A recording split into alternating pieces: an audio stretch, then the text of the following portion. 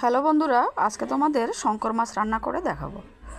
প্রথমে মাছটা এনে ভালো করে ধুয়ে নুন হলুদ মাখিয়ে রেখেছি। তারপরে গ্যাসে কড়াইটা দিয়ে তেল যখন গরম হয়ে গেছে তখন আমি 2 পিস 4 পিস করে মাছগুলো লাল লাল করে ভেজে তুলে নিয়েছি।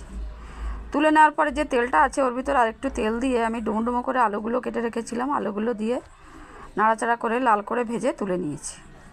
তুলে নেওয়ার পরে ওই তেলের ভেতরে তেজপাতা সাদা জিরে ফোড়ন দিয়ে গোটা দুটো পেঁয়াজ আমি জিরি করে কেটে রেখেছি, বড় সাইজের ওই পেঁয়াজ দুটো দিয়ে দিলাম।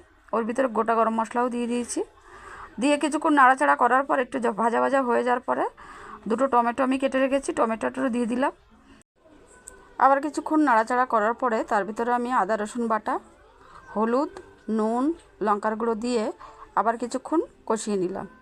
কষিয়ে নেওয়ার পরে আমি আলাদা করে মশলা করে রেখেছি হলো শুকনো লঙ্কা, সাদা জিরে, গোটা গরম মশলা, একটা তেজপাতা ভালো করে পেস্ট করার পরে ওই পেস্টের মশলাটাও আমি দিয়ে দিলাম।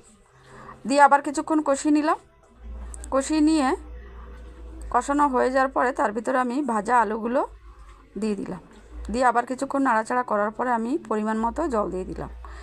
জলটা আমি বেশি দেবো না, কেননা ঝোল বেশি রাখবো না, ওই জন্য অল্প করে জল দেবো। দিয়ে ঢাকা দিয়ে দেবো।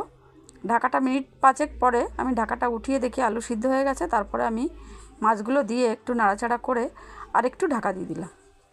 ঢাকাটার মিনিট খানিক বাদে ঢাকাটা উঠিয়ে একটু গরম মশলা ছড়িয়ে আমি নাড়াচাড়া করে নামিয়ে নিলাম।